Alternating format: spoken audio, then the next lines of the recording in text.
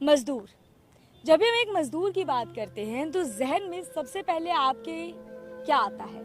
एक ऐसा व्यक्ति जो दिन भर काम कर रहा हो, एक ऐसा व्यक्ति जो बोझा ढो रहा हो, अपनी दो वक्त की रोटी के लिए दिन रात एक कर रहा हो। ये एक वो तस्वीर है मजदूर की जो सभी के जहन में उभरती है जब भी हम मजदूरों की बात किया करते हैं। लेकिन दोस्तों, अगर मैं आपसे ये कहूँ कि मजदूर की ये जो तस्वीर आपके जहन में उभरती है, इससे भी बदतर तस्वीर, इससे भी बेहतर कहानी उनकी होती है, जो कि आज हम आपको इस रिपोर्ट में बताने वाले हैं। दरअसल दोस्तों, आज हम आपको उन मजदूरों के बारे में बताएंगे जो अपनी दो वक्त की रोटी के लिए, अपने बच्चों की शिक्षा के लिए ऐसा कार्य करते हैं जो धीरे धीरे उनकी शरीर के एक एक अंग को खराब करता जाता है। जी हाँ दोस्तों, वो मजदूर जो काम करते हैं और उनकी पहले त्वचा खराब होती है, फिर हाथ खराब होते हैं, पैर इस कदर खराब हो जाते हैं कि उनके पैरों को अंत में गाड़ दिया जाता है। अगर मृत्यु के बाद जो है उनके पैर जलाने योग्य भी नहीं रह जाते हैं। तो कुछ ऐसे मजदूर भी होते हैं, और ये वो मजदूर होते हैं दोस्तों जो कि आपके और हमारे जीवन में स्वाद घोलने का काम करते हैं। वो मजदूर होते हैं जिनके इस कार्य के बिना हम और आप किसी भी खाने का स्वाद नहीं ले सकते हैं। ये मैं बात कर रही हूँ नमक के मजदूरों की दोस्तों। ये वो मजदूर हैं जो हमारे आपके लिए नमक खोदा करते हैं ताकि हमारे और आपके खाने में, पकवानों में स्वाद आ सके। तो आइए आज की इस रिपोर्ट में हम आपको बताते हैं कि उनकी जिंदगी कैसी है और किस तरीके से कहीं न कहीं व्यवस्थाओं की मार भी ये मजदूर झेलते हैं।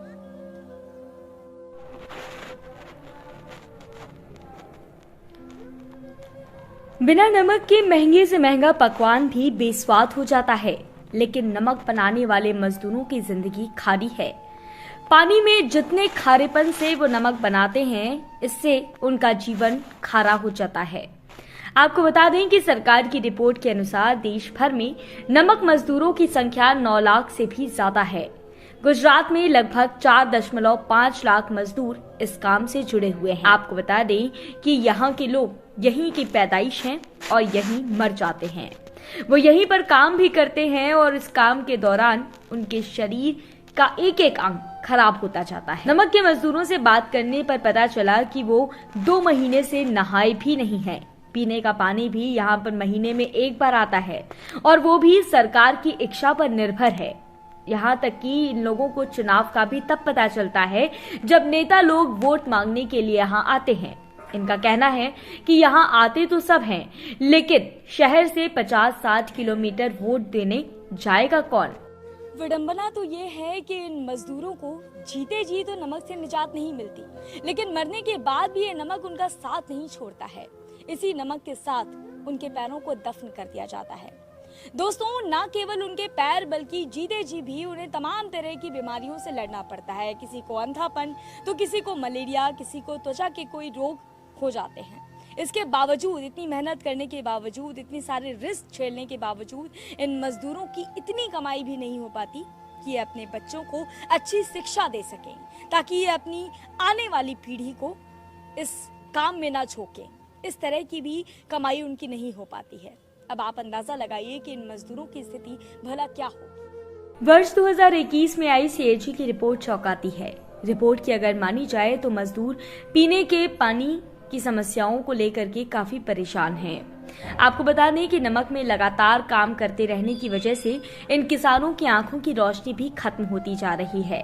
अंधापन, चमड़ी का रोग और इसके अलावा गलन, ब्लड प्रेशर, घुटने का चोटिल हो जाना, पीठ में दर्द और मलेरिया, ये सारी बीमारी इनके लिए आम हैं। इनके पैर हमेशा ही नमक में रहते हैं, जिसकी वजह से इनके पैरों की शिराओं में रक्त का प्रवाह भी कमजोर पड़ जाता है और नसें सूख जाती हैं। पैर सूखकर पतले और कठोर हो जाते हैं, और किसी दिन मजदूर की मौत हो जाने से जब उसका शरीर जलाया जाता है तो उसका सारा शरीर जल जाता है, लेकिन पैर नहीं जलता। बाद में पैरों को गड्ढा खोद कर दफन कर दिया जाता है और उन पर नमक छिड़क दिए जाते हैं ताकि पैर आसानी से गल जाए। एक दौर वो भी था जब महात्मा गांधी ने नमक को अंग्रेजी सत्ता से छुड़ाने के लिए सत्याग्रह किया था। एक दौर आज का है जब नमक के मजदूर आज केंद्र सरकार के अधीन हैं।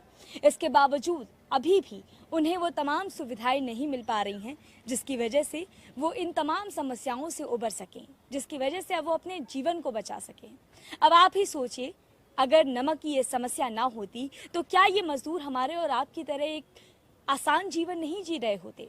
जरा आप ही सोचिए कि अगर आपके शरीर के एक एक अंग इस तरीके से खराब हों तो आप क्या करेंगे। ये सोचनीय विषय है दोस्तों, और ये समझने की जरूरत है कि नमक के इन मजदूरों की समस्या को कैसे दूर किया जाए, क्योंकि आज भी नमक एक त्रासदी बन चुकी है।